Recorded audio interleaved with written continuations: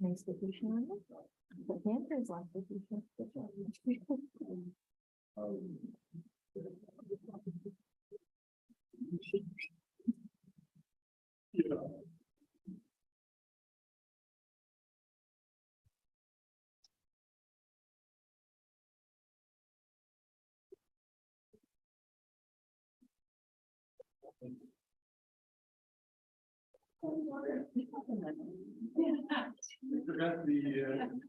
You know, that's I got the. Just checking my email. Yeah. Right there. Yeah. Somebody just had one.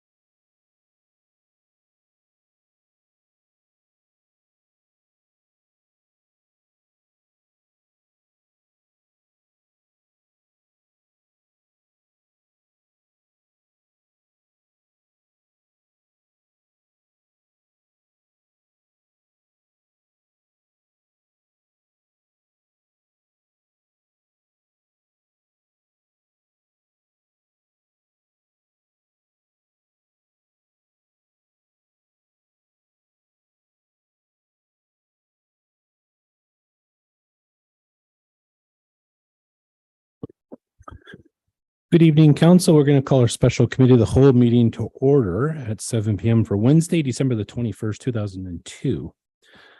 Number 2 is our approval of the agenda. We have a special committee of the whole agenda tonight. It's recommended the special committee of the whole agenda for December 21st, 2022 be approved as presented. Looking for mover, Deputy Mayor LaRose, seconded by Councillor Vettabunker. Call for the vote. All in favor? And opposed? That is carried. Number 3 is declarations of pecuniary interest, either now or at the time of. Any members of council have any declarations of a pecuniary interest? Councillor DeRush. I would like to declare one relating to section item 6, section B, a memo to committee of whole arena financial contributions from Tiny. Thank you, Councillor DeRush. Any other members have any other declarations of pecuniary interest? Counselor Waters. I'd like to declare possibility of the perceived pecuniary interest under planning and development, 2023 budget number H 1069 regarding the front office reconfiguration, and in the 2024 M 1135 business service map. Thank you, Counselor Waters. I'll just make sure the clerk got those. Very good. Any other member of council any declarations? If one is presented at the time, just let us know. Number 4 is presentations and delegations. A, we have a presentation from BMA Management Consulting, Inc. regarding our water and wastewater financial plan. I'll turn it over to you, Brian. Yes, thank you, Your Worship. We do have our consultant from BMA joining us tonight virtually, and I'll pass it over to our communications staff member here to set that up, and he can go through the presentation.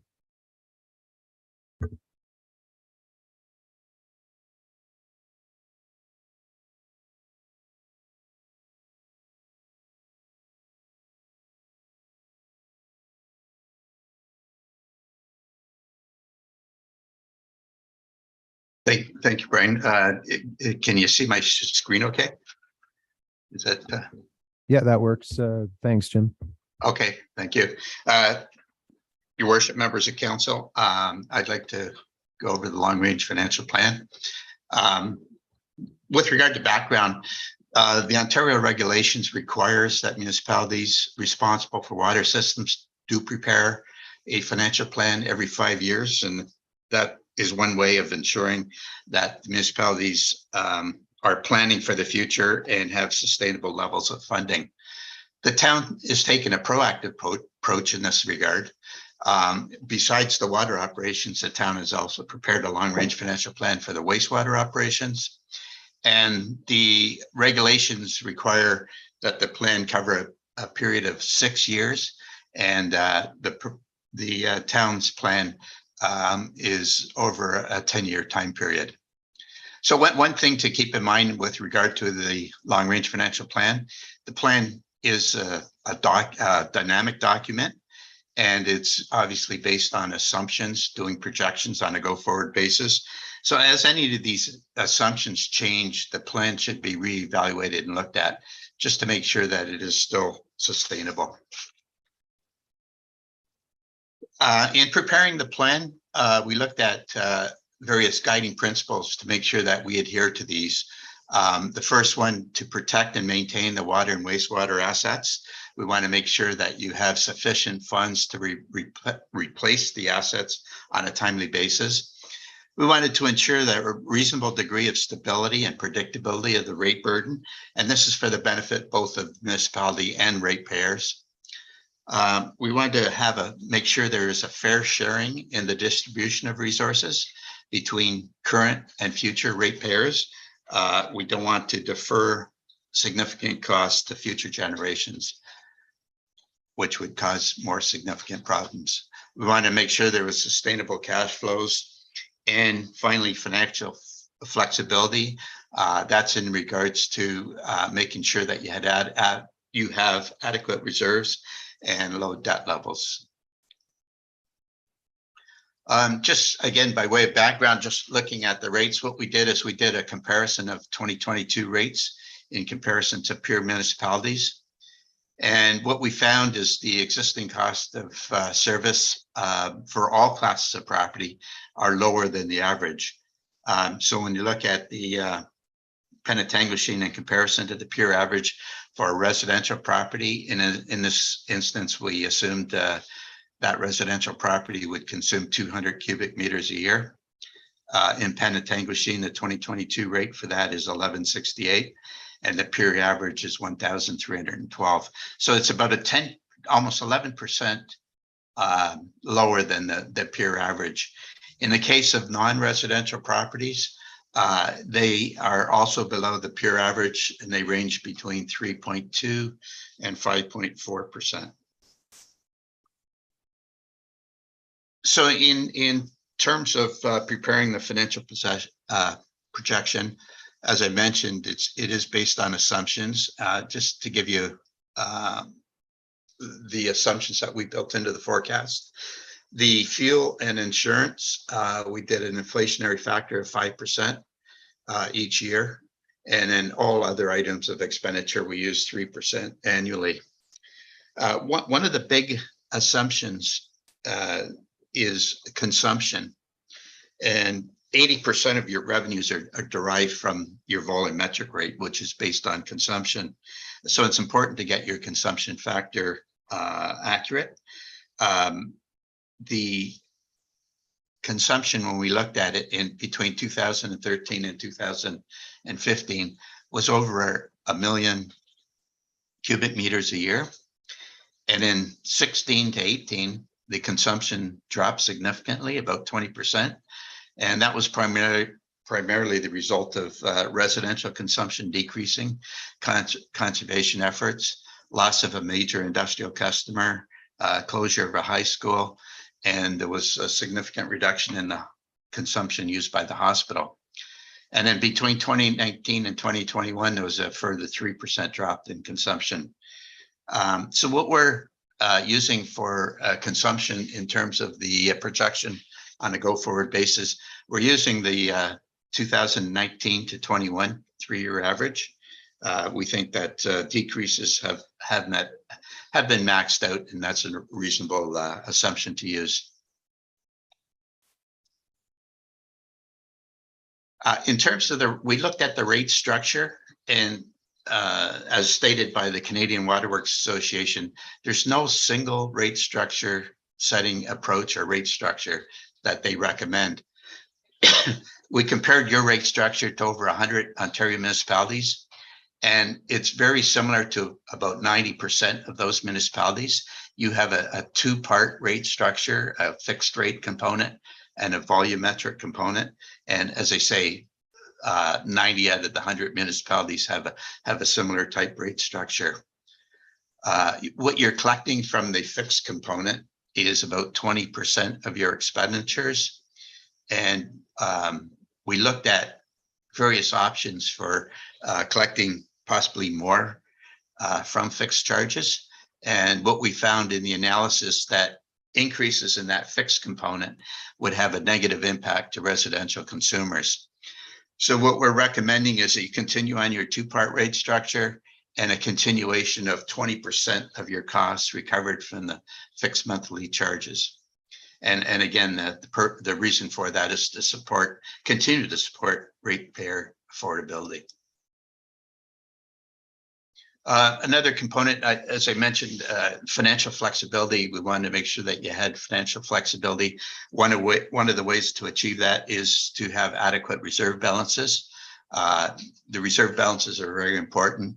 They provide rate stabilization, funding for one-time expenditures. They make provisions for the replacement, renewal, and acquisitions of assets. And that's probably one of the most important aspects with regard to reserves. You want to make sure that you have adequate reserves in your capital account to replace your assets on a timely basis. Reserves avoid spikes in funding, reliance on long-term debt borrowing. They provide a source of internal financing, adequate cash flows, and that all that goes towards providing financial sustainability.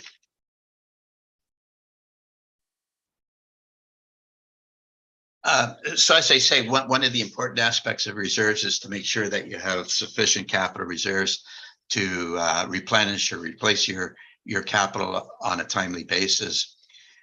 You just completed fairly recently an asset management plan, and that gives us good background to identify how much should be contributed to the capital replacement reserve for water and wastewater. So in accordance with the asset management plan for water, the recommended annual reserve contribution is about almost 1.2 million. And in the case of wastewater, it's just in excess of 1 million. When we looked at your 2022 budget reserve contributions, the 2022 budget contribution in water was 347,000. and wastewater 77,000. So what that shows is that you have an annual funding gap for the replacement of your infrastructure of, in the case of water, $824,000 a year. And in the case of wastewater, $893,000. So we recognize that you can't have an increase in rates of that significance. So one of the positive aspects coming out of the asset management plan was that when they looked at the water assets, they were rated as good, and the sanitary assets were rated as very good. So what this does, it provides an opportunity to gradually increase your capital contribution to come up with the recommended contributions in accordance with the asset management plan. So that's what we built into the financial forecast, a gradual increase to provide us a financially sustainable base while considering ratepayer affordability. And this is kind of the results of that phase-in plan. When you look at the water operations and you look at the existing reserve contribution in 2023, you can see that it grows over the years, and we anticipate that would close in about 14 years, which is a reasonable time frame considering the replacement, the timing of the replacement of those assets. In the case of the next chart down, case of the wastewater operations, you can see that that red line, we're closing it in approximately 10 years. It comes up with the required contribution in accordance with the asset management plan. So you can see this is the phase in for the capital infrastructure replacement. And again, looking at financial flexibilities, you want to make sure that you don't have excess debt that's unaffordable, and it takes away a lot of the cash resources to service that debt. So the prudent use of debt is a fundamental component to a well-developed and credible financial management report. So in terms of financial flexibility, leading practices, they say that the debt servicing of the debt should be in the range of about 10 to 15%, and that would provide that financial flexibility. You're currently at about 14%, and if we follow the plan and we do the contributions as I just mentioned, there's no need to issue debt over the next 10 years. So the water and wastewater debt charges as a percentage of own source revenues would gradually decline. And at the end of the 10-year forecast, it would be about 9% of the revenues to service that debt. This just gives you an indication of how the operating budgets would look over the next 10 years in accordance with the long-range financial plan. In 2023, 13% of your operating budget is supported capital replacement. In the case of 2031, it's 23%. In waterworks, 10% of your wastewater operating budget supports capital replacement. And that grows to, when you get to 2031, when you look at your operating budget, 25% of that operating budget would be going toward capital replacement. This is the impact as a result of the changes, the assumptions I talked about, and the long-range financial plan. We're recommending an increase in 2023 of about 6.8%. That's a combined blended increase. That results in a taxpayer impact using 200 cubic meters a year of about $79 annually. And you can see that we're also recommending on a go-forward basis in 2024 an additional 6.8%.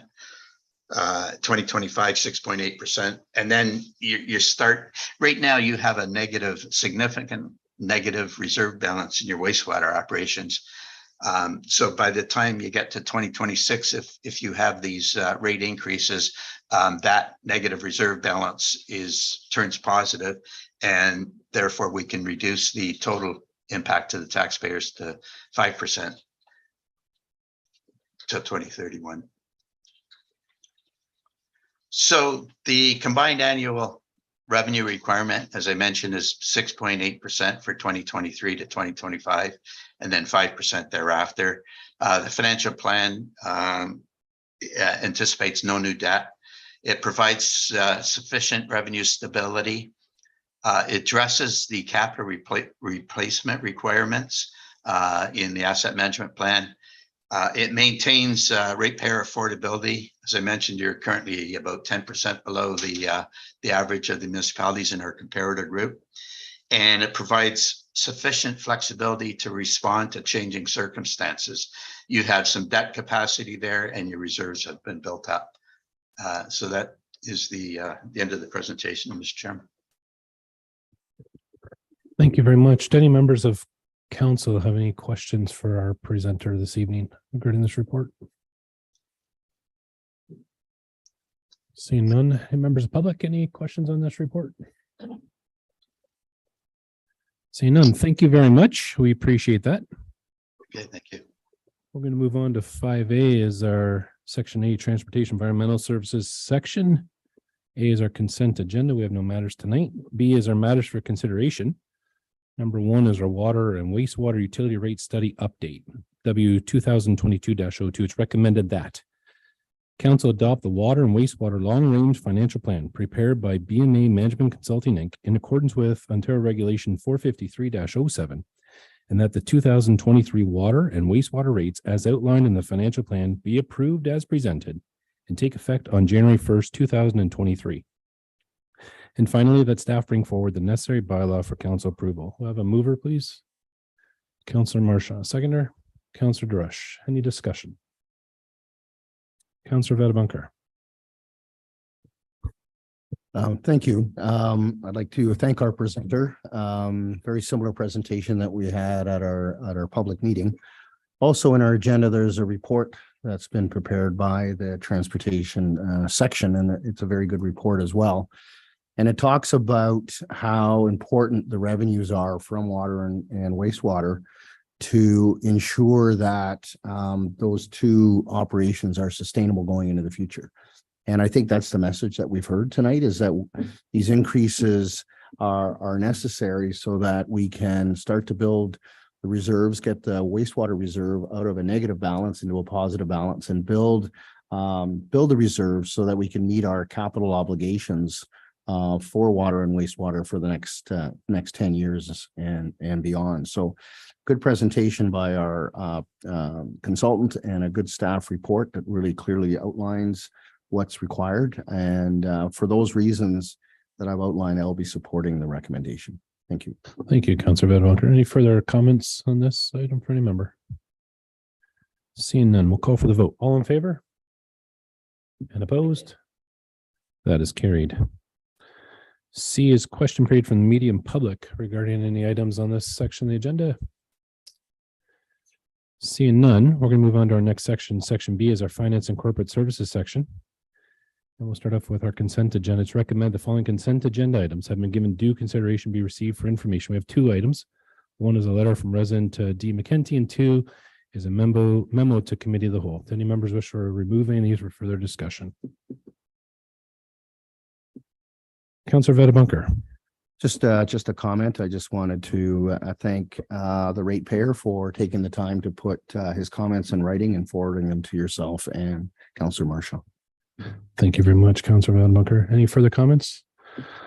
I would actually like to pull the second one, the Arena financial contribution. That was a move forward from our CEO, so I'll move that one. We'll look for a mover on the other one, and we'll vote on that separately.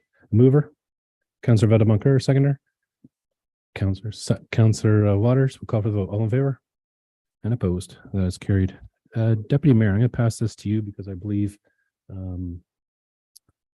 Councillor Drush has a conflict. No problem. Thank you, Your Worship. So we have under what one is section 6, number 2, a memo from the Committee of the Whole arena financial contribution from Tiny. And I think you wanted to speak on this, Your Worship. Thank you, Mr. Chair. So just to remind everyone, we had some discussion about this here last time.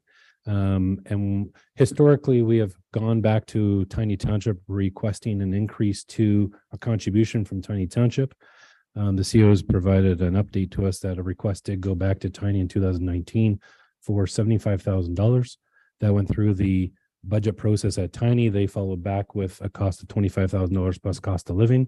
If we look at our historical costs from Tiny to the municipality of Penetanguishene, our costs have actually been going down. We have not even been getting our cost of living costs. So we talked about this last time. I feel strongly that we need to respond back with the CEO's support, a letter back to Tiny as a formal recommendation from this council. And I'd use the same language that we used in our 2019 letter with the $75,000 ask and request to the municipality of Tiny. So that's going to be my request. Open that for discussion. Is there anybody else that wanted to speak on this item? Councillor Bradbancourt? Thank you, Mr. Deputy Mayor. At our last meeting, we had talked about the mayor and the CAO getting together with the mayor and CAO from Tiny Township. Maybe that can be done as a follow-up to the letter, and maybe some language in the letter to that effect to say we would welcome the opportunity to meet and discuss this letter in further detail. And I think that that would allow for a more open dialogue on the subject. Thank you. Thank you, Councillor. Anybody else? Seeing none. Councillor CAO Lees. Thank you, Deputy Mayor. Just wanted to add some additional information, and I think the approach council is talking about certainly can be achieved. The other thing, just to remind council, is there is kind of a larger collective meeting that's being planned for January as well. That between the 4 North Simcoe municipalities as well as the Township of Springwater, to have kind of a larger conversation around arena funding and what that looks like, in particular as it relates to Tiny Township, given Tiny doles out funding to the various municipalities. So happy to proceed as has been suggested, but I did just want to remind council that that larger meeting is also happening in January as well. And just to remind council. Thank you. Anybody else have any other things? I just had one quick comment. It's sort of bad on our part that we've missed this over the years. I don't remember how it got missed, how the funding dropped by 70% or so. So it will be very interesting. And I think Councillor Bradbancourt has a great idea that the mayor and the CAO proceed sooner rather than later to have these discussions would be probably prudent. So would that be something you'd be willing to move? Yes, Mr. Deputy Mayor, but in light of what the CAO has said, it sounds like this is a broader issue and there's a meeting already planned. But if that can be rolled in with that, or we need to emphasize that in a motion, I'm happy to move that. I think it would be best, given the timelines, given that they're in their budget. So I would imagine the same as we are. So the sooner that we get in line, probably the better off it will be. So we'll take that as a motion. Are you okay with that, Stace? That the mayor and the CAO meet with the Township of Tiny arena funding. And do we have a seconder for that? Seconded by Councillor Marchand. And just to remind everybody that Councillor Jarash is not participating, nor will she be participating in the vote. So at that, Karen. Thank you, Mr. Deputy Mayor. Just a point of clarification, that doesn't replace the letter. That's just going to be included in that letter that we Correct. talked about. Yes. Okay, thank you. We're on the same page. With that, we'll call for the vote. All in favor? All opposed? And that is carried. That was the end of that one, Your Worship. Back to you.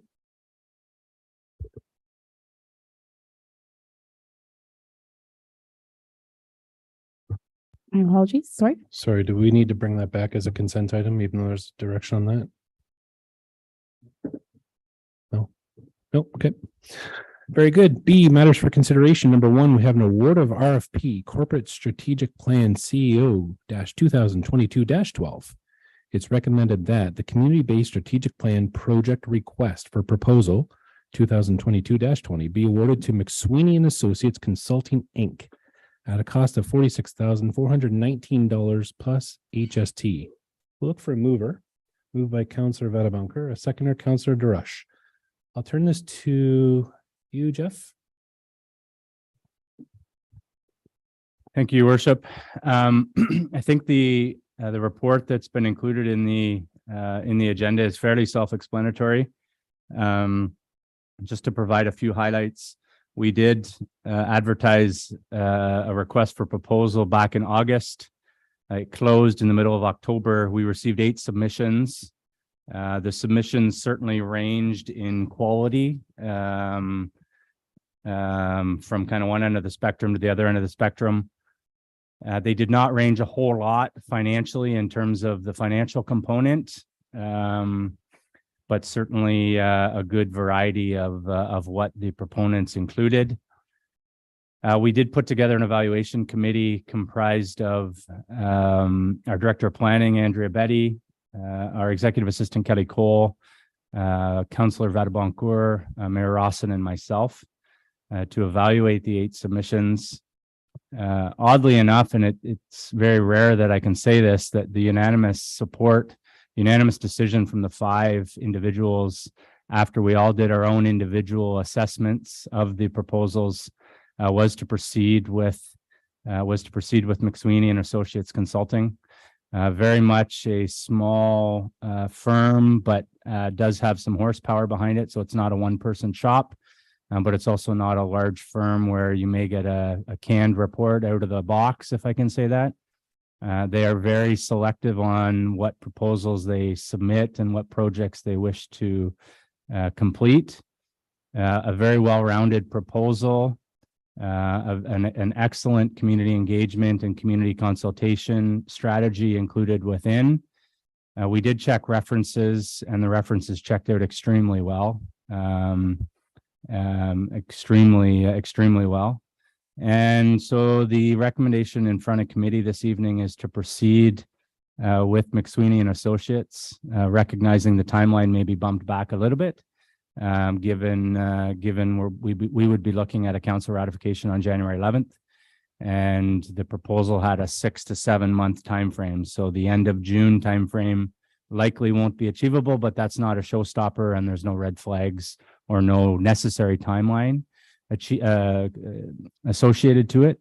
But certainly, I think the last thing I would just say, Your Worship, is this is probably one of the most important projects that this council and this organization will complete over the next 4 years. This will be the guiding Bible, the guiding document for this council and staff as we proceed over the next 4 years. So I'm happy to say that the recommendation in front of committee has been well thought out and well put together, and I think the end product certainly will be a great one. Thank you, Your Worship. Thank you, Mr. Lees. Any member of council have any further comments or questions regarding this item? Councillor Mershaw. Thank you. Really great report, and quite an elaborate RFP process to get to the results that you did, which was great. I think we talk about, being mindful about how we spend money on third parties and contracts and things like that. When it comes to strategic planning, I think it is so important that we have a neutral third party that has the ability to navigate through council, staff, and the community in terms of how we get engagement and get feedback. So I'm really happy to hear that there's a robust community based feedback process for this in terms of how we look at this plan going forward. So I'm really excited about this work. It can be challenging and daunting, but it really is, to CAO's point, it is a piece that we'll get to be able to formulate for the next many years for the town. And so I'm excited about this work, and I really do look forward to it. And really great report. But again, I'm really happy to hear about just the ability to have a varied approach in terms of how we have community engagement in this as well. So I just want to say that I'm supporting this. Thank you, Councillor Marshall. Any further members have any comments or questions regarding this item? Seeing none, we have a mover and second. We'll call for the vote. All in favor? And opposed? That is carried. Number 3 is our 2023 budget draft number 3, FIN 2002-38. Carrie, I guess before we do the formal motions, you want to start us off? Sure, I will. Thank you, Your Worship. So the 2023 budget that we're reviewing this evening, draft number 3, and if you recall, management prepared draft number 1, draft number 2 went November 30th. Based on the preliminary municipal price index calculated, as well as taking into account the estimated current value assessment growth and also utilizing our tax stabilization reserve. Staff was directed to bring in a draft budget of 2.25%, which we did on November 30th. And then on November 30th, we did have a special committee of the whole budget meeting, and staff was directed to include $128,000 funded by both taxation and reserves. Related to the town staff request related to the harbor master, the winter road patroller, as well as the community boards and committees contributions related to additional asks over and above 2.25%, as well as new asks related to community reach, transportation linking communities, as well as Georgian Bay physician recruitment. As a result of making those changes as directed by Committee of the Whole, we are looking at today draft number 3. Sorry, with additional increase over last year's 2022 tax levy of $371,000 or 3.17%. About $300,000 or 2.5% is related to town operating. Town capital and policing remain the same as the previous draft at 50,000, 0.43%, and 19,000 for policing or 0.17%.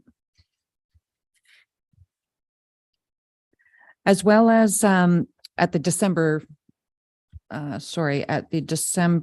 7th meeting, Committee of the Whole did review the capital draft number 2 budget for 2023 and 2024, and staff were directed to make changes to the 2024 capital program as it relates to setting up an annual reserve transfer related to replacement of bunker gear for the fire department.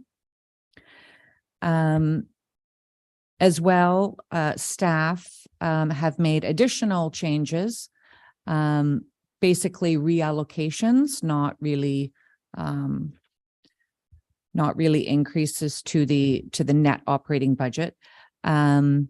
But after receiving more up-to-date information, we did make some additional changes related to reports that were presented on December 14th. So that would be related to the shade plan report that was presented. So we did include a change to the parks operating budget. However, that was funded through the tree compensation reserve. As well as a report on December 14th related to the washroom options in Memorial Park. We did increase the park's contracted services by $2,000. In addition, related to the December 14th intersection upgrade report, we did include in the draft capital budget for 2023 engineering and design costs for the Dufferin, Burke, and Robert Street East intersection at $25,000, funded through the asset management reserve until such time as the developer's share can be determined. As well, we did reallocate some taxation in the budget for an urgent repairs and maintenance project that surfaced related to a door and a window I believe, at the museum in the amount of $18,000. Since we had our last budget meeting, we did receive a notice of our OSIF grant allocation. And all of that was not included in the budget because we didn't know the amount at the time. So we did receive that amount. So we were able to reallocate the OSIF grant to fit that museum capital project in the budget, as well as apply $500,000 of our OSIF funds towards the 2024 Roads Division garage to reduce the debt from 1.2 million to $700,000. The other change that staff made was to reallocate the development charge study project from funding it through DCs to taxation, and increasing it to $35,000 from $30,000. Because it will be a 10-year project rather than a 5-year project. So we also removed the same study in 2029 as it won't be required. What I did related to the fire reserve for the bunker gear was I also took into account the 10-year replacement of the SCBA equipment. So the $55,000 per year transfer to reserve will accommodate the 5-year replacement of bunker gear as well as the 10-year replacement of the SCBA equipment. Also in 2025, I reallocated some funds to split a fire vehicle replacement in 2026. Rather than having $150,000 in taxation required in 1 year, it is now split into 2025 and 2026.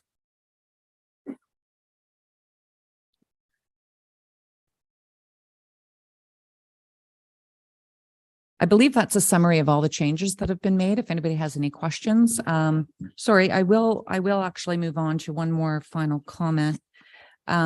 Just as it pertains to this draft at total municipal town tax impact of 3.17%. The total impact of that draft figure on the average tax bill, which is the average current value assessment is currently $250,300. So the 3.17% would be $32.80 per 100,000 of CVA. When we also estimate the county and the education implications for their tax increase, or their tax rate increase, the overall estimated tax impact is 2.9% currently. Thank you, Gary. Any members of council have any comments or questions or follow-up for our director? Deputy Mayor. Thank you, Your Worship. Carrie, could you, or Andrea, or whoever is in charge of that, what's going on with the museum? That was all news to me for the very first time. Sherry. Thank you, through you, Mr. Chair, to Deputy Mayor LaRose. We've had two last minute needed repairs to the museum. One is for a window that has failed and is being held together with some glue and needs replacement. And the other is there's a leak in the garage that is being rented by the ship's company. Our building condition assessment noted that the garage, the outbuilding facility is in good condition, didn't identify any issues with the roof. However, we do have a substantial leak and a repair is needed to fix that. Thank you. Deputy Mayor. Follow-up. Any other members have any comments or questions for our director or directors? Councillor Vadabunker. Thank you, Worship. The treasurer in her report included an update on the municipal price index. And I was just wondering if she could just elaborate a little bit on what she found out with respect to that. Thank you. Thank you for the reminder, Councillor Vadabunker. I mentioned that our initial municipal price index originally came in at 4.4%, and obviously we worked our way down using the new growth from current value assessment as well as our tax stabilization reserve. I did as suggested and discussed at the last budget meeting, I did repeat the process a couple weeks ago before we published this report. And obviously the economic indicators have changed, are constantly changing. But what I did do was I took a look at the basket of goods in our municipal calculation as it pertains to some of the big ticket items, as well as some of the things that municipalities pay for, and look at inflationary cost increases related to them. So I do look at policing, in particular, insurance, utilities, salaries, wages, remuneration and benefits, fleet, machinery and equipment, infrastructure and capital construction costs, as well as just some general expenditures that may or may not be subject to inflation. And comparing the exercise that I did back in May to the one that I just did currently using October statistics that were released in November. Mainly the construction price, the building construction price index that we saw and discussed a couple of weeks ago related to our development charges study. So obviously the renewal and replacement of our infrastructure, not only due to growth, which is paid through our development charges, but those same costs and those same construction prices that are to the benefit of existing residents needs to be paid for with our other funds, whether it be taxation, debt, so on. So obviously with those costs rising at 15 or at 15.6% that we last saw, and in my original estimate back in May, it was conservatively estimated at 5%.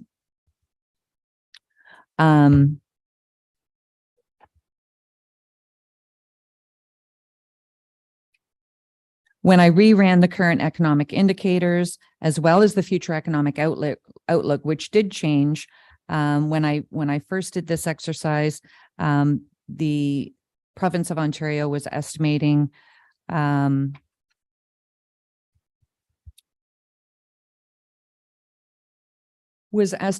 CPI at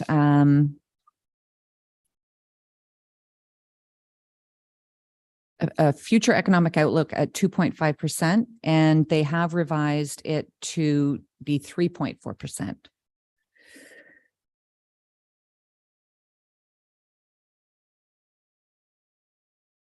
So again, taking into account the building construction price index of 15.6, as well as applying higher index on some of the other known costs that we do know that I didn't know back in May related to policing, insurance, salaries, wages, and benefits. I did run the exercise and came in at 6.15% versus the one back in May at 4.4%. And again, with our efforts to reduce that and stabilize it for taxpayers using the new assessment growth, as well as our tax stabilization reserve, the current MPI that has been recalculated and estimated through this exercise is currently 4%.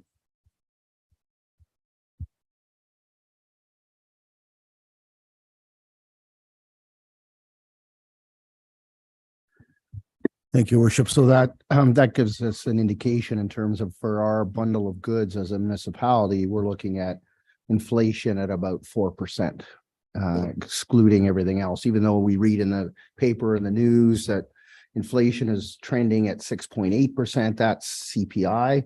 But for our bundle of goods that we as a municipality, our inflation, factoring all the things that you took into account, it's averaging about 4%. Absolutely, but taking into account that's after our extra efforts to stabilize that and reduce that for our residents, because it did come in at 6.15. But yes, we got it down to 4%. Thank you for that clarification. So it's actually 6.15 and then reduced to 4 with those factors that you've applied. Thank you. Any other members of council have any comments or questions? Councillor LaRue. Thank you, your worship. Through to Carrie. Carrie, in a draft two budget, you had indicated at the time that the estimated new assessment growth at 164,000, 1.4%. And you also indicated at the time that we hadn't received any report from MPAC. Is there a possibility that this could be increased? Through you, your worship, to Councillor LaRue, absolutely. It could increase. So we just received our returned roll, I believe, yesterday. So we still have the whole exercise of uploading it and doing our estimates in terms of running some of these numbers with our new assessment roll. Follow up, Councillor. Any other members, any further comments? Deputy Mayor. Thank you, your worship. Carrie, thank you for doing all this. I know it's a whole lot of numbers come and go and retweaking, but all that works out and that could be good, but I think it's incumbent upon us at this table to reduce some of that. We have a lot of extra money that we've added in, and I don't think we've gone through a big enough adjustment to try and change it. So one of the things I wanted to look at tonight, I had 3 or 4 that were pretty close to my heart, but one of them was the library. I'm very, very concerned with them coming forth with an 18, just over 18% increase. And I just wonder what we could do about that as a group. So if anybody has any helpful questions, would be nice. Councillor Drush. I'd actually like to speak to the library request. I did go through all of my information and I reviewed the business case that they provided. And I won't be able to support the request as it is. I mean, when you look at when staff is requested, when it's added on to a budget, it's forever. So that 75,000 will continue to be on our pay. It'll be on our payroll forever. It's different from when somebody asks for $1,000 for whatever. And it's a one-shot deal and you can say no next year and it goes away, but this doesn't go away. And I mean, I looked at their business case and it's, to me, is weak. I would hope that as we move forward, when staffing is requested on behalf of the municipality, I would like us to have a standard kind of form that people could complete. So, you know, what are the position descriptions? What are they called? The contributions to the town. What are those staff people going to contribute to the town? So for example, reasons why these positions for the library, why they should be supported, and ways to measure the success of these positions. We have no sense of what that would bring to the town of Penetanguishene or to the library. And in other words, what are the strategic or critical success factors that we look at when we approve positions? Other options to consider when you're looking at staffing is there a lot of overtime happening at the library? If so, then I'd like to know, you know, how these would address that option. What are the benefits or the pros of hiring and making these positions full-time? What are the anticipated outcomes? What are the risks if we don't make these positions full-time? How will these positions, the full-time positions, affect the remaining staff complement? What are the final financial justifications? And I reread their business case and I understand that they did mention that the first position would ensure that the finished space in the basement's cleaned up and tidied. They deal with the influx of membership and demand, you know, for services, but it just is for me anyway, it's too weak and I can't, I just don't have enough information and I just can't support it because I would expect moving forward that when staffing is required or requested, that we get a full business case and that is comprehensive. So on that, I'll. Thank you, leave it at Councillor that. Drush. We have two people coming on that. Are someone moving a motion here between Deputy Mayor and the Councillor Drush, or looking for further dialogue? We'll move a motion in your worship that the 18.1% increase be taken out of draft 3, whatever we're on, 3 or 4, 3.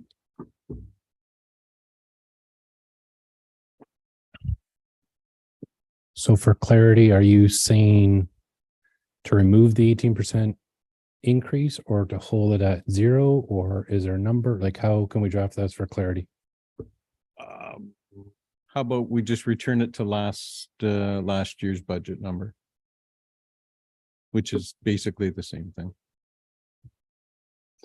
I'll just look to our treasurer or the CO for clarity on that. Does that make sense for you, Stacy?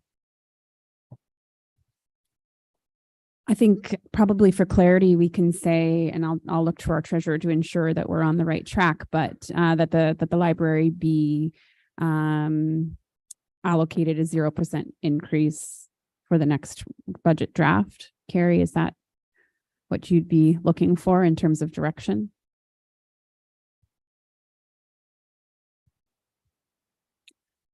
That's fine the way you said it.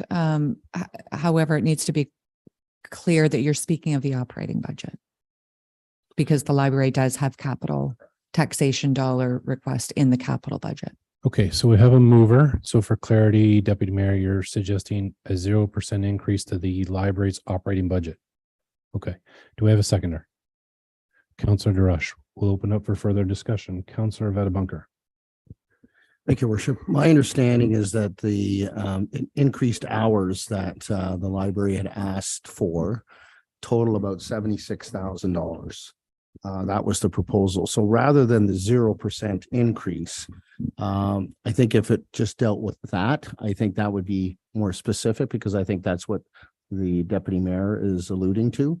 That would be my first comment. I do have a second comment, but so I think Councillor DeRush raised some excellent questions. I think those are all very legitimate questions that should be answered, quite frankly. So from my standpoint, at this particular point in the budget process, rather than take it out, I would suggest that it be referred back to the library to come back to council with those questions answered. If at that time we're not satisfied with the answers, then by all means, then the justification hasn't been provided, and we can carry on with the decision that Deputy Mayor LaRose is proposing. But at this point, I think that those questions are very good questions. And just as a member of council who sat on the library board for the last 4 years, there is some justification. It maybe hasn't been as clearly explained as Councillor DeRush has indicated, but I think that they should be given the opportunity to answer those questions. So those are my 2 points, Your Worship. Thank you, Councillor Vadabunker. Any further members, any comments or questions? Councillor Marchand. I would also echo those comments. I think they should be given the opportunity to be able to come back and justify and provide more clarity, and whether that perhaps comes back at a different recommendation, but I don't support that it be a straight 0 back to them. Councillor Roux, looks like you want Thank you, Your Worship, and I agree with both Councillors Vadabunker and Councillor Marchand that I think we don't just send it back at 0. We give them an opportunity to come back. any further members? Councillor Waters. Was also a little concerned too that the library has received just over 30% increase since 2019. So in addition to answering the questions as to why they want the more employees and more money and stuff, I was wondering if we could get clarification as well as to where that 30%'s gone to. What part of the budget it's like, why did they need 30% in the last 3 years? Thank you, Councillor Waters. I'm going to go to the deputy mayor first and then to you, Councillor DeRush. Mine was just a comment to Councillor Vadabunker. They were given the same opportunity, the same timing as every other board, as every other department. They came with their best case forward, I would imagine. Why wouldn't they? It's a budget. They're used to it. So I don't know. I think we need to let them know that an 18% increase is not justified for what they were asking for. So if we proceed through this tonight, if they want to make a case back to the town, to the CAO, to council to rectify that or make a change, that would be up to the board. Thank you, Deputy Mayor. Councillor Drush. Thank you so much, Your Worship. I really want to, first of all, acknowledge that they do a fabulous job. I mean, that is beyond, everybody knows the Penetang Library and the wonderful work that they do. But I think that as far as myself as a counselor, moving forward, I really want details, especially when it comes to staffing, because these costs are ongoing. And I'm happy, I would be happy to support them coming forward, but I would expect a very robust business case.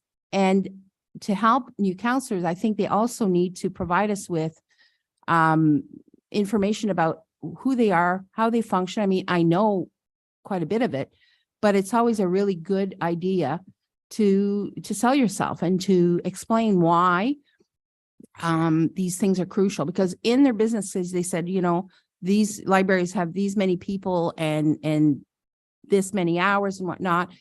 And I mean, if we went on that basis, we would be hiring a lot of staff in the town of Penetanguishene, because if we look at neighboring municipalities, some of those departments are much heavier than ours. So that's why I feel that the business case is weak, and I would support them coming forward, but I would expect something very robust to be able to support it. Thank you. Thank you. Any further comments on this item? Seeing none. Stacy, do you mind just reiterating the motion for us, please? Yes, so what I have moved by Deputy Mayor LaRose and seconded by Councillor Drush is that the library operating budget be set at a 0% increase for the 2023 budget consideration. Thank you. Councillor Drush. Can I make an amendment to that or change it and suggest that they be invited to come forward with a presentation prior to, or sorry. Councillor Rush, I would say like all of our partners, they could reach out to the clerk's office and everyone's always invited to come. They've had an opportunity. But if you want to amend that motion, I'll look to the mover and seconder if you'll approve that, or we can move forward with it as is, and then perhaps the library board can reconvene and come forward. So it's up to the mover and seconder.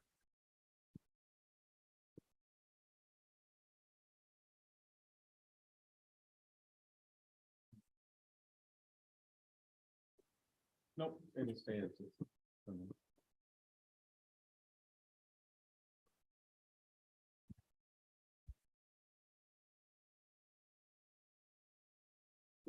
I don't know if I can support it then. So can you defeat a motion that you seconded? Can you not vote on it? Yes, you can. Okay. Councillor Darsh.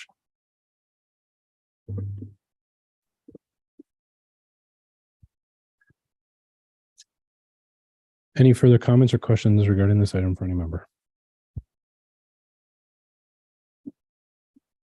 Seeing none, we'll call for the vote. All in favor? And opposed? And that is defeated. Councillor Rush. I'd now like to put another motion on the table, please. And I would like to have the invite the library board to come forward prior to a budget meeting to provide us with a robust business case supporting the reasons why they require moving to part-time staff to full-time hours. So Councillor Drush, we can move that, but we've in essence approved the funds. So what you're asking is for them to come and tell us why we've approved that? Well, from my understanding, this budget isn't approved until it's approved, which is not today. Is that correct? Correct. We're tentatively scheduled for middle of February for the final ratification, but I'm just saying it's moving forward to the next stage of the process. Yes, and again, it could be defeated at the next stage if after their presentation. Okay. It doesn't fulfill the requirements. I mean, I think that I would like to see this process change, and the library is an extension of the town of Penetanguishene. And I think that it's only fair to provide them with that opportunity to come forward and to really plead their case. So I think that's just decent, just courtesy. But that being said, I expect to have a great presentation when they do come forward. So Councillor Drush, we have a mover. You're moving a motion that you want the library board or library to come and present the business case for the increase. Okay, do we have a seconder on this motion? Councillor Vadabunker, any further discussion on this? Councillor Vadabunker. Thank you, Worship. I think that Councillor Rush's suggestion is a good one. I just wanted to remind council that there's going to be a new library board in place for the next meeting. So the steps will be that staff will have to explain to the new library board their request. The new library board will have to agree to that request, and then the board will be making the presentation. So there's going to be a two-step process before it comes back to us. And who knows what the new board may say. The new board is going to be different than the previous board. So they may agree, they may not agree. But at least they'll have the opportunity to review and put forward what they feel is their best position. So thank you. Thank you, Councillor Vadabunker. Any further member, any comments or questions on the motion as presented? Seeing none, we have a motion. We'll call for the vote. All in favor? And opposed? And that is carried. Any members of council have any further comments regarding the budget as presented or any of our directors? Deputy Mayor. Thank you, Your Worship. Under the same type of problem, I think that we're going to have is our Harbor Master Road Patrol. For the life of me, I've spent the last week and a half looking at it, and I do not understand how those two jobs could be combined or why they should be full-time. And again, we're onto the same thing. We're adding new staff. I think the increase was $33,000 a year for this, and I just don't understand the justification. So we'll turn to the CEO to comment on this item.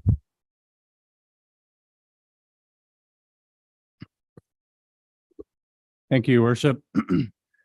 I can certainly reiterate a couple of the points that are in the report. When staff looked at the opportunity that presented itself, both from a roads perspective, but also from a harbor master perspective,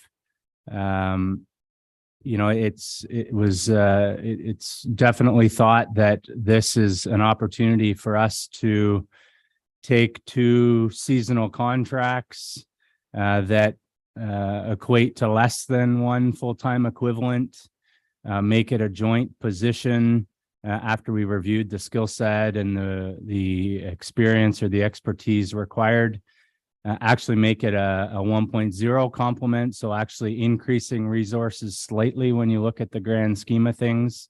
From a service excellence perspective, it's felt that this will provide more sustainable service and accomplish or have the opportunity to have someone in the role that has a vested interest 12 months of the year in a full-time capacity, which addresses certainly a large recruitment challenge that we have every year in all of our seasonal positions for the most part.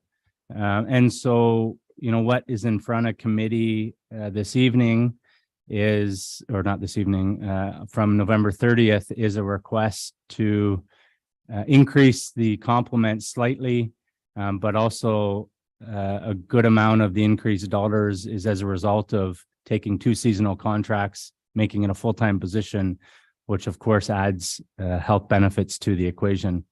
The other thing I would say is there's often times in the winter months where we need the expertise of the harbor master as we start to plan for the summer season. And so this would give us that cross-pollination, if I can say it, between the two departments. and have the expertise and the skill set 12 months of the year. I think that's really the bulk of what I wanted to just reiterate in terms of what's in the report. I don't know if, with your indulgence, your worship, if any of my colleagues in either rec or roads would like to add to that, but of course, that's up to you, Mayor Rawson. Follow up to you first, Deputy Mayor. Thank you, worship. I understand what you're saying, Jeff, but it doesn't ring to me. We're going to spend $33,000 more. We're going to get no increase in service. And we're asking someone to take on a job where they work outside in the summer during the day and then ask them to work nights all winter. I don't see how that is anywhere close to being an easier recruitment than having them separate. Having been down at the dock for the last number of years, I've never seen a problem with the harbor master, or that as a job in itself. We've always had one. It's always worked well. They performed well. The place brings in money. It's our biggest tourism draw we have. So I don't understand what the justification of another $33,000 doesn't buy us any increase in what we're doing. So I don't get it. We'll turn to you, Jeff, and then Sherry or Brian. Thank you, Your Worship. Maybe I'll just address some of the supplemental questions, and then with your indulgence, if my colleagues have anything they'd like to add. In terms of the increased level of service, I think from staff's perspective, this creates an opportunity where there's sustainability, where we have someone 12 months of the year that we can count on, and we're not going through potentially 2 different recruitments every year. And for those that have experience doing recruitment, it's not just a 30-minute or 60-minute process to recruit. We've been very lucky over the years where we've had the same individual in the harbor master role for 5, maybe 6 years. That's certainly an anomaly. We don't expect that to be the case moving forward. I think we just happened to have a golden nugget land in our lap 5 or 6 years ago with that particular situation. We do struggle every year with seasonal recruitment. In terms of an increased level of service, this would actually increase service slightly, as I think the report alludes to. It would extend the harbor master slightly in the season, which from staff's perspective is much needed. In terms of the easier recruitment, staff do feel and staff don't anticipate that this would become a harder recruitment given the 2 different skill sets required. There's a lot to the joint role that staff feel would be appealing and would not create recruitment challenges similar to that of what we currently experience in the contract type roles. And just lastly, as alluded, we've not had issues, and we've been very lucky over the last 5 or 6 years with the harbor master role. But certainly, again, we feel that's an anomaly. It's not something that we expect to happen moving forward. We do expect to experience recruitment challenges. We've been very lucky to have someone in the role for 5 or 6 years. But we certainly do experience recruitment challenges seasonally with our roads component of that role. I just wanted to provide that additional clarity, Your Worship, and again, with your indulgence, if we can lean on my colleagues. Go to you first, Brian. Thank you, Your Worship. Through to the Deputy Mayor and further to what the CIO I just outlined regarding the position. The one thing I would add is by making this a full-time staff member, you're reducing the turnover every year that the CIO had mentioned, but also you're reducing the training that happens every year. I understand what we've been fortunate to have the same harbor master for the last 5 or 6 years, but the same can't be said for the road patrollers, which are rotational every year. We have to train and hire road patrollers every year. Very few come back.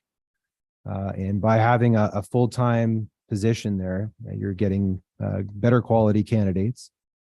And you're actually addressing two needs in two departments. One being the harbor master and us being in the roads department for the road patroller position. And by doing that, you're getting a staff member that's there for year after year. They're invested. They're there for 12 months of the year. There are things that, you know, the harbor master / road patroller could do in the shoulder seasons to help either department in preparation for the seasons. So that is a value add there. But I would say the biggest part of it is having that same person there year after year, whether it be the harbor master or the road patroller, having that person that you know is going to be there for season after season, and getting a good quality candidate that knows the town. You don't have to expend any additional training dollars other than to update their training as legislation and technology changes. So we do think it is a very, very much a value add in terms of the both departments, and we're very supportive of it. Thanks, Brian. Sherry? Thank you, Your Worship. With respect to recruitment challenges, we did have a golden nugget lay in our lap, but I can tell you this past summer, we have our full staffing complement onboarded by May 1st. We had less than 50% hired before July 1st. So our harbor master was scrambling. We worked very hard, our HR department, to fill the positions. We just couldn't fill them over and over and over again.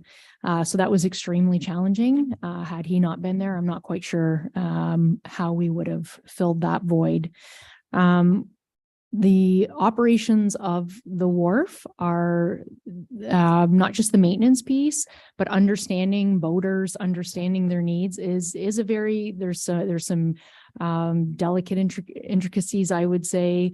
Understanding how the dock systems, the water fluctuations, all that specialized training, to assume that you're going to find someone in a contract position every summer that would come with that level of expertise and have the continuity of information to understand how our docks are installed, the maintenance that needs to happen, all of those pieces, who our regular customers are through the summer. I think from a customer service standpoint and a maintenance perspective, having that continuity of information on board is very, very important as well.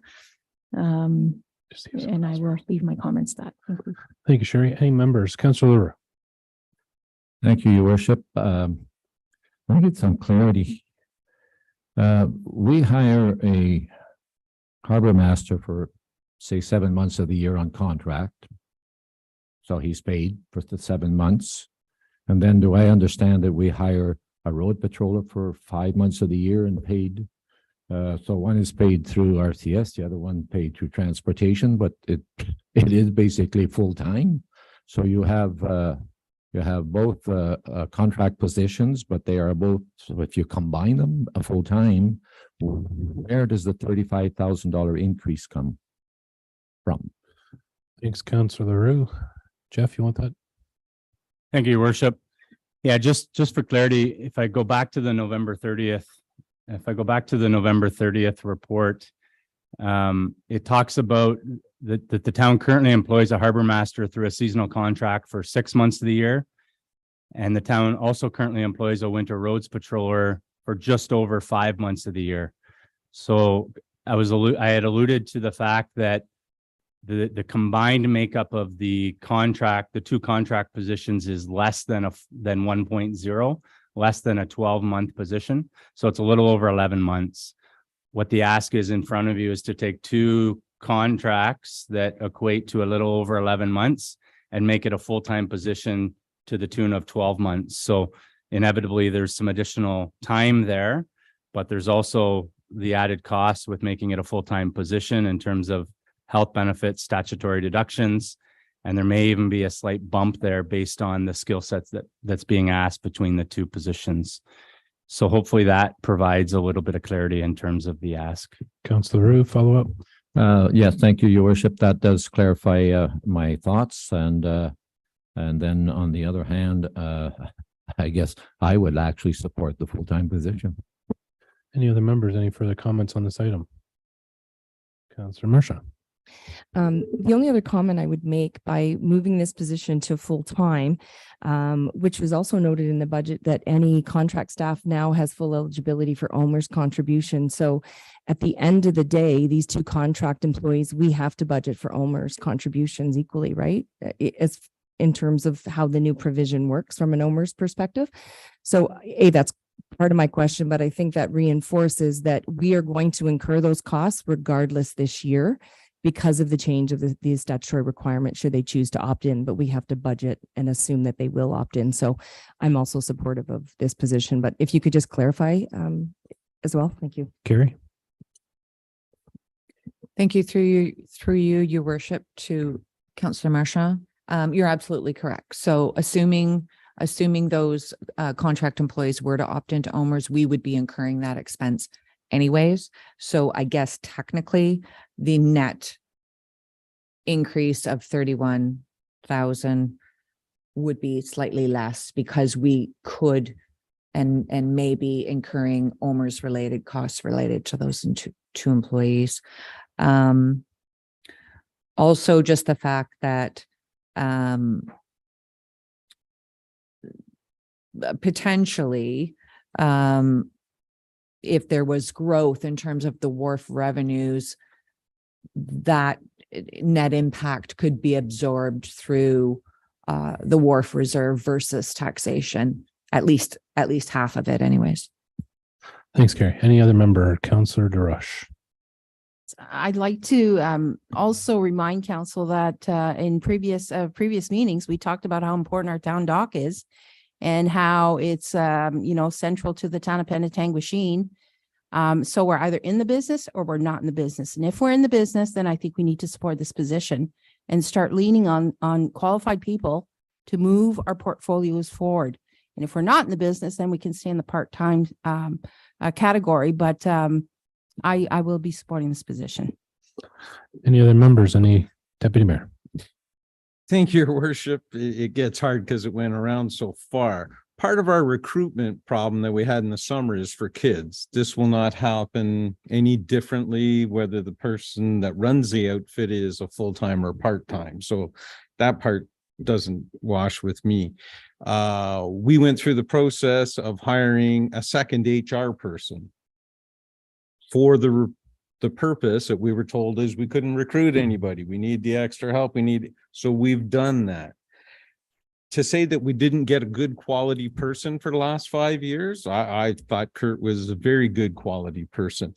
Is there another person out there that isn't? You guys are all saying we can't get a quality person. We had one.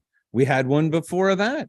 I don't know how long's the dock been running for 30 years on part-time. I don't see what the difference is. If we wanted to up their pay rate to get a better quality person, if that's what it takes to attract, that's a possibility. But to tell someone that needs to know, as Sherry said, the dock levels going up, how the people interact with their dock slips, how the parking things all run, looking after all the part-timers, what does that have in common with a person that also has to be a winter road patroller going out at 3 o'clock in the morning and deciding that our roads need to be plowed? I cannot find the justification between the two positions at all. Any further comments on this item? Councillor Waters. I find it hard to believe that we would need a full-time position for this. I think the two part-time positions should be easier to fill. You're going to have somebody that works in the summertime, can go down to Florida in the wintertime. You got the other person that drives around in the wintertime. He can go up the lakes and go fishing in the summer. We have a lot of retired people in this town. I think if they knew about it, knew about the jobs, we might get more people looking for it. And we'd save ourselves 30-some thousand bucks at the same time. Okay, we don't have a motion on this, but we've had a lot of dialogue. Is there any other items on the budget that's presented tonight that council would like to discuss tonight? Councillor Marchand. This is maybe a big question or comment. When we came in as new council members, the 2.25% budget increase was imposed on us. I don't know if that's the right word, but that was the direction given to staff, and staff went back and did that. We've received quite an extensive report from Finance and Corporate Services, and we heard the comment on how difficult the 2.25 was. We're sitting at a 3.17, and are we comfortable as a council that the 2.25 is still the appropriate rate? And is there an opportunity for dialogue? And is it something different than the 2.25? I'm going to use the new card, but I think this is something that as a council coming into a number that was previously provided and directed, and staff have delivered on that. And there's additional things that have been brought forward since that original number. And so I'm putting it out there in terms of a question on, is there a process that we reevaluate this? Great comment. And I think we can use some of the feedback as our move forward for our 2020, whatever next budget cycle is. Any further comments or questions on anything for tonight, Councillor Leroux? Thank you. Your worship. Comment to that is that we have to realize that the 2.5% move to a 3.17% was brought on by this council. And the other thing that I'm looking at, and I'm hoping that when I discussed early with our treasurer, was the estimated new assessment growth, that it could possibly bring down that 3.17%. To what degree, I don't know, but I think that our treasurer assures us that that's a possibility. So I think we have to move on with these things individually. And I still support the full-time position for wharf master and a roads patroller. Thank you, Councillor. Councillor Vedbunker, you had your hand up. Thank you, Worship. I think Councillor Marchand raises a good point. I think that the previous council back in July, based on a certain set of assumptions that were presented by the treasurer, felt that a 2.25% tax rate increase target was a reasonable target. And we commended the treasurer when she presented that at our meeting on November 30th. But as we heard today, a lot of things have changed since July of 2022, and we have a different circumstances. So that's why we're considering further changes. So in that light, I'd like to speak to a proposed change. And I raised this at our last meeting when our Director of Public Works came forward with his proposed 5-year sidewalk maintenance and reconstruction plan. You may recall that as part of that plan, he proposed that the town spend $40,000 a year for the next 2 years on sidewalk maintenance, and then increase that to $50,000 per year for the next 3 years. My proposal that I'd like to put on the floor, and hopefully I'll have a seconder, is to double that amount. So going from $40,000 to $80,000. And I want to do it in the spirit of how the previous council looked at our 5-year preventative road maintenance plan. And we were very successful through the efforts of staff and through the growth that occurred in the municipality. We were able to increase our road maintenance budget over the 4 years that we sat as the previous council. And this council, as part of the November 30th Treasurer's Report, did see or had the opportunity to see the director November 9th report dealing with the preventative road maintenance plan. And in there, again, it's progressed that the road maintenance budget increased. So it was $450,000 in 2022, Your Worship, proposed that it go to $500,000 in 2023, $540,000 in 2025, and again, $590 for 2026 and 2027. So I'm proposing that the same approach be taken with our sidewalk maintenance and preventative maintenance budget in the Public Works operating. So I have further information on that, but I think council gets the drift. I did speak to it at the last meeting. I said I would be raising it today. I think that gives us a good solid foundation to deal with a number of sidewalk deficiencies that I personally observed when I was out canvassing, that the director outlined in his report through the third party that did the sidewalk assessment. And I think this would really put a dent in our maintenance requirements across the municipality. So, Your Worship, I'd like to move that to double the amount allocated in the operating budget from 40 to 80,000 per year for the next 2 years, and then to, instead of 50,000 in 25 and 26, it would be 100,000 for sidewalk maintenance. Thank you, Councillor Vadabunker. Do you have that, Stacy?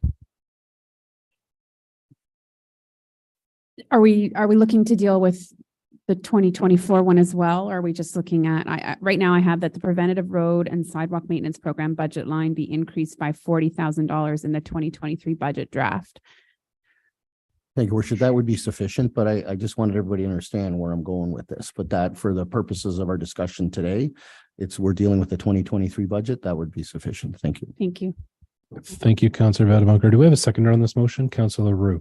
Your worship, I've always been, and over all the years I've been on council, a great proponent of infrastructure maintenance and the importance of maintaining and keeping our infrastructure in place. So I will certainly support that as a seconder. Thank you, Councillor Roux. Do we have any further discussion on this item, the sidewalk discussion item? Councillor Drush. I'd like to take the opportunity to remind also council that I believe last year the previous council approved a age-friendly community plan, which highlighted the necessity of improving our walkability in the town and creating more opportunities for all ages to be able to walk safely along our quaint little town. And this was raised in discussion at the Community Wellness Committee. It was raised during the consultation period that we did undertake with our consultant.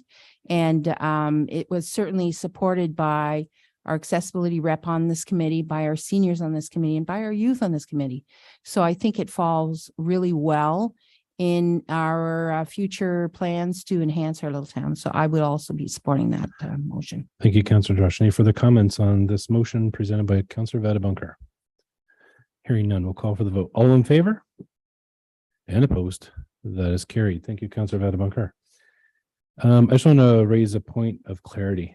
Deputy Mayor LaRose, just about the comments about Kurt. I believe just replaying that discussion. I believe our staff and our CO at no time made any assumption or assertions or declarations that Kurt was not doing a good job. I just wanted to raise that as a point of clarity, just for clarity. Let's just to bring that to the forefront. Any other members have any items that they wanted to bring up regarding the budget as presented by staff tonight? Councillor Vadabunker. Thank you, Worship. I think the budget package that's been presented is still open for review, and I look forward to the continued discussion on the budget as we get further information. One of the things that did strike me when I was going through the budget was that our tax rate capital contribution is unchanged for 2023 and 2024. So we're proposing, as I understood the report, at a little over $1.3 million tax rate contribution for our capital program, which is great. That's great, but it's not proposed to increase. And the point I wanted to make is that we heard in November 30th about how the construction price index is going up by 16%. So even though our overall capital budget is increasing, we may not be accomplishing everything that we may want to accomplish in our capital. It's just a comment. Again, I understand how it's a balancing act in terms of putting a budget together and making sure that all the pieces fit together. I'm happy that we have that contribution in the budget, but I just wanted to indicate that when I looked at it, I was like, oh, okay, we're just going to keep that status. And I know those members of council have been around the table for several years, know that there is a strong effort to increase that tax rate contribution to the capital over many years. So just a comment, Your Worship. Thank you. Thank you, Councillor Vadabunker. Any other member have any comments? Deputy Mayor. Thank you, Your Worship. Very good comment, Councillor Vadabunker. As you know, I've been a huge supporter of all of our infrastructure over the years, just on and on and on. So I was a little disappointed at the same thing, that we're flatlining that, but we're adding all these extra goodies. So I'm having a hard time understanding when right after an election, everybody goes out and says, oh, I want to be financially this and that, and we want to do this and that. But we're not increasing our budget at the right point. We're adding 30,000 for this, 75 for that. We gathered most of that money out of the budget, from what I can glean, is out of debt reduction. Instead of paying off $500,000, now we're only going to pay off 300,000.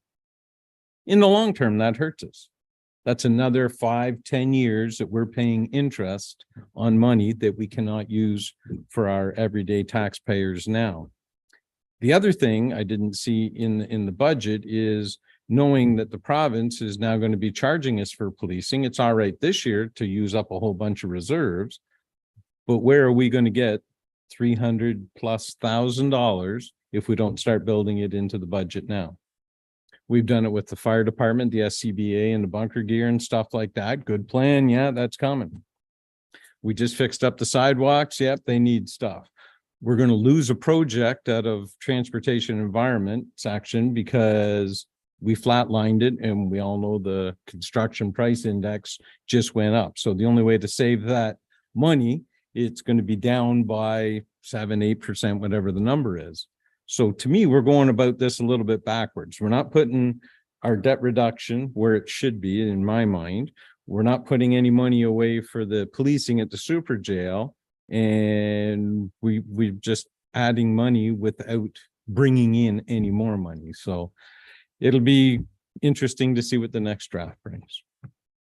Thank you, Deputy Mayor. Any other member of council, any further comments? I just have a couple, and just to reiterate what you mentioned, Councillor Marchand, about should we set a rate or number? Just some general comments. The 2.25%, in my view, can be used in many ways. So when we first saw the budget before us, some things were pulled out.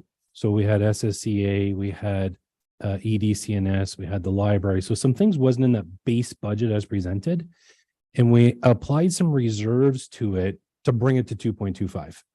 So I think from my lens, when we see it in the future, I'd like to see the budget. What is it? And if it comes in at 5, then we can say, okay, let's take it to the piggy bank and let's apply the reserves, because the format didn't get us to where I think we needed. But so I'm just, to your point, do we want to go back to 2.25? It's what's the variables? What's the baseline? I don't know if we're all using that. My question for Carrie, what would help me next time, if you can, I'd love to see our reserves from a historical context to now. What does that look like? As well as what Deputy Mayor's talking about our debt plan. I know you gave one a little while ago, but if we can see it together at our next plan. And I just want to reiterate what you brought up, Deputy Mayor, about the policing costs. We have a lot of big ticket items here, and I'd like to see what those look like. But really the reserves and what that looks like, how we're using those, specifically around this tax stabilization and other reserves we've been building, I think would help us make more informed decisions about these. My final question will be to you, Brian. There's been some news in the community about roads and winter roads. And my question to you is the budget sufficient to meet the needs for what you need to do in this winter? Or is now the time we need to say we need to do? Because we had a long discussion about recruitment, retention, and staffing. And some people's belief is that we need to put more money in to make sure we have good, safe roads. So my question to you is the road allocation that you've put forth enough to have safe roads for our community this winter? Thank you, Your Worship. The news that has been surfacing recently as a result of a notice that was posted last Friday is due to some staffing absences that we've had in the roads division, and reverting back from our 2-shift system to our single shift system that we've had in place for many years up until the last couple of winter seasons. There will be really minimal change to our service levels as a result of that. We still do have staffing that can support a single shift system. We reverted back from the 2-shift to the 1-shift system simply for the fact that we were missing some full-time bodies and we were no longer able to sustain the 2 shifts. So we'll be able to clarify, we'll be able to meet our winter maintenance requirements with this single shift model that we've temporarily put in place. As far as moving forward into future years, we did make some staffing requests as part of our first draft of the budget. They did not make it to the draft that council saw on November 30th.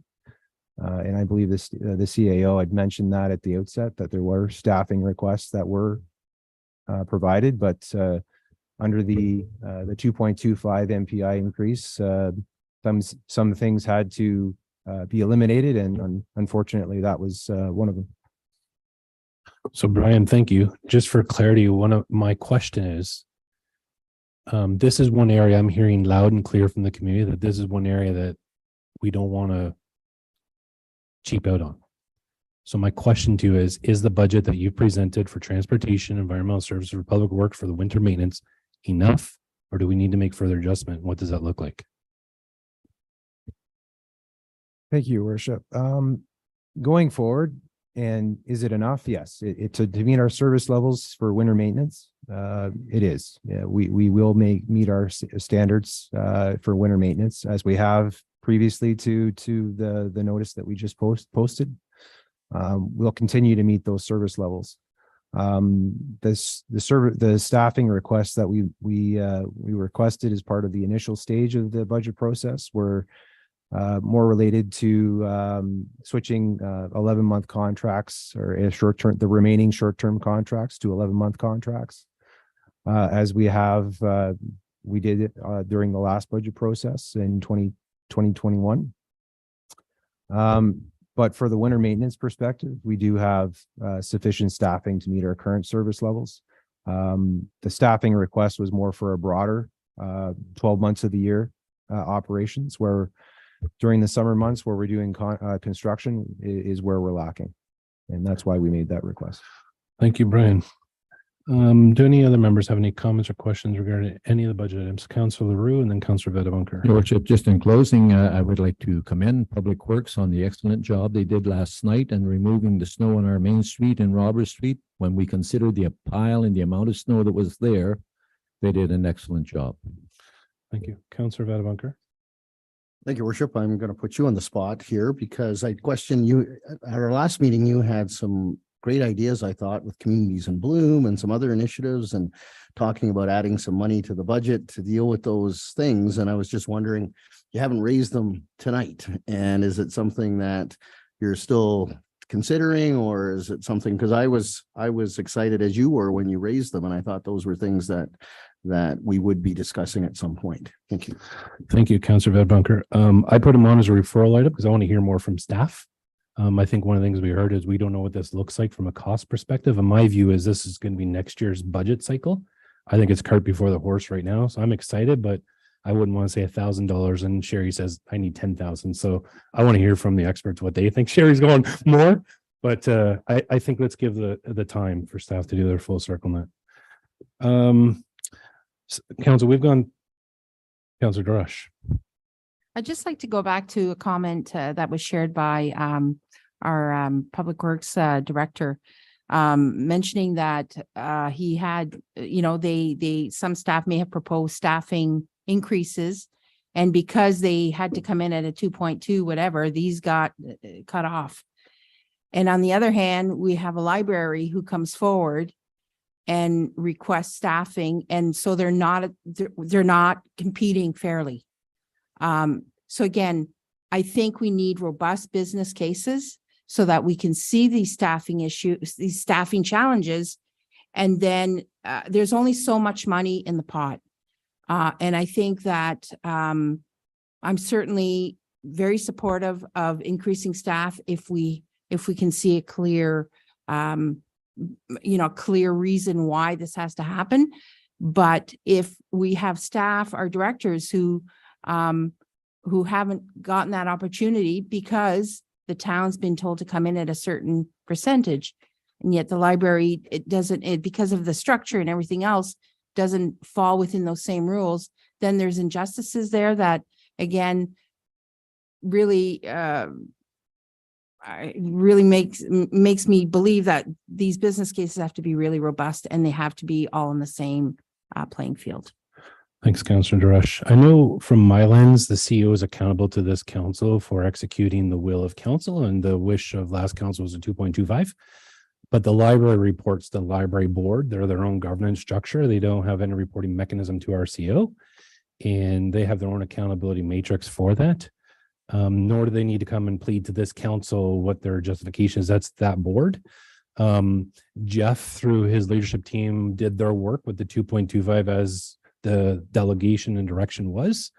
But the library request followed their path that they do. So I don't think we can compare that as an equal base, but that's where we're at.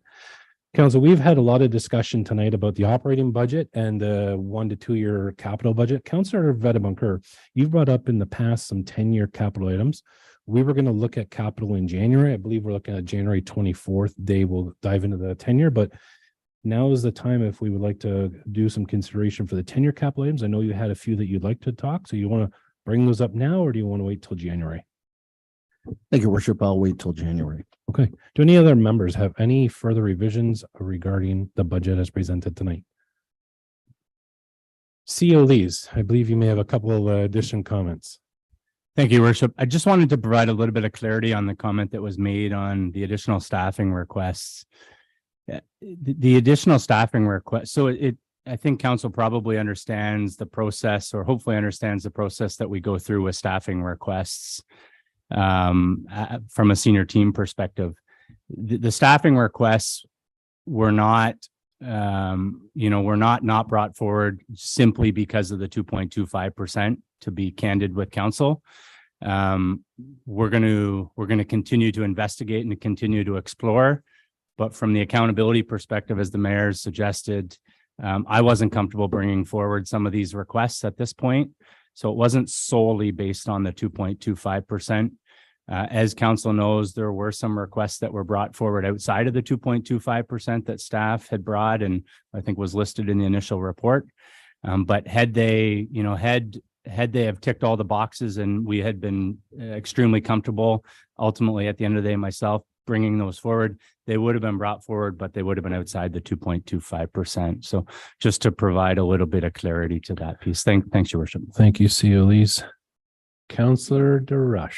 And just to add to that, I didn't want to be critical. I didn't mean to be critical if that's how it came across. All I'm saying is that the way there's a discrepancy in how these matters are dealt with.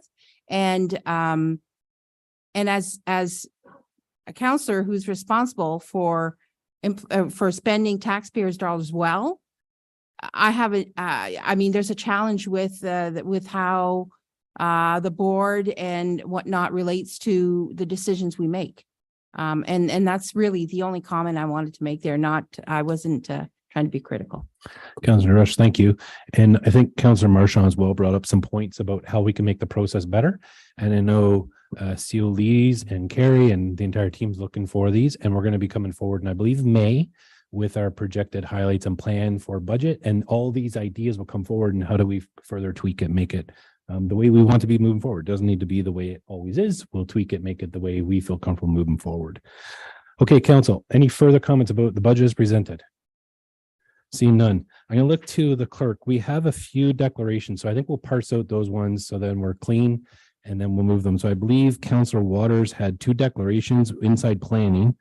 I heard one regarding, anyways, you have the 2 inside planning. So we'll look for a mover and a seconder, and Councillor Waters, we're going to do the 2 that you declared first. So this is everything minus those 2 items. So, yeah. So it's recommended the 2023 budget draft number 3 and related budget documents be received for information and discussion, and the staff amend the budget as directed from our discussion tonight. And this is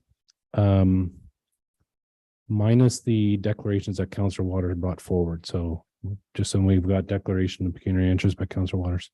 So we're going to look for a mover. Councillor LaRue, seconder, Councillor Marchand. Any further discussion? Seeing none, we'll call for the vote. All in favor? And opposed? That is carried. Councillor Waters did not vote on that issue due to declaration of pecuniary interest. Now, I believe Marcia or DeRush, you had a declaration as well. Okay. Okay.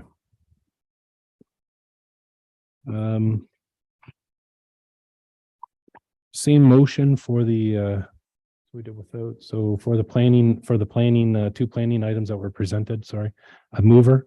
That the 2023 budget draft number 3 and related budget documents received for information, discussion, staff amend the budget as directed for these planning items. Mover, Councillor Veta Bunker, a seconder, Councillor LaRue. Further discussion? Sorry. Seeing none, we'll call for the vote. All in favor and opposed? That is carried. Okay, we have some members of the public have some comments and questions. So we'll have you go to the podium and the floor is yours about any of these budget related items. I saw a few hands while we're going tonight. Just for clarity, staff will be bringing forward this budget amendment one more time for us in January. I think the 24th is our next date. So we welcome your feedback and comments about the budget as presented. January 25th will be our next budget go around. No more hands? All right.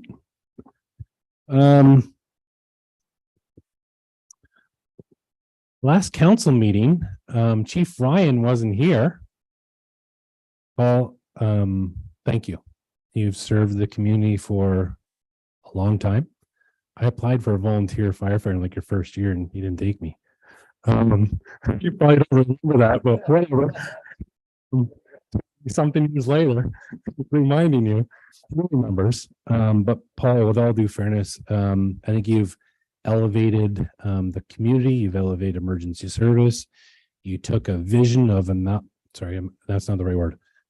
Sharing our services between Midland and Penetanguishene from a leadership of our emergency service.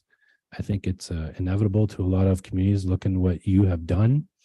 I know people in the emergency service look upon you as a leader. And I know from my perspective, I want to thank you, Paul, for everything you've done, everything you've offered, and for all the service you've given the community. So on behalf of everyone, thank you so much for that. So thank you.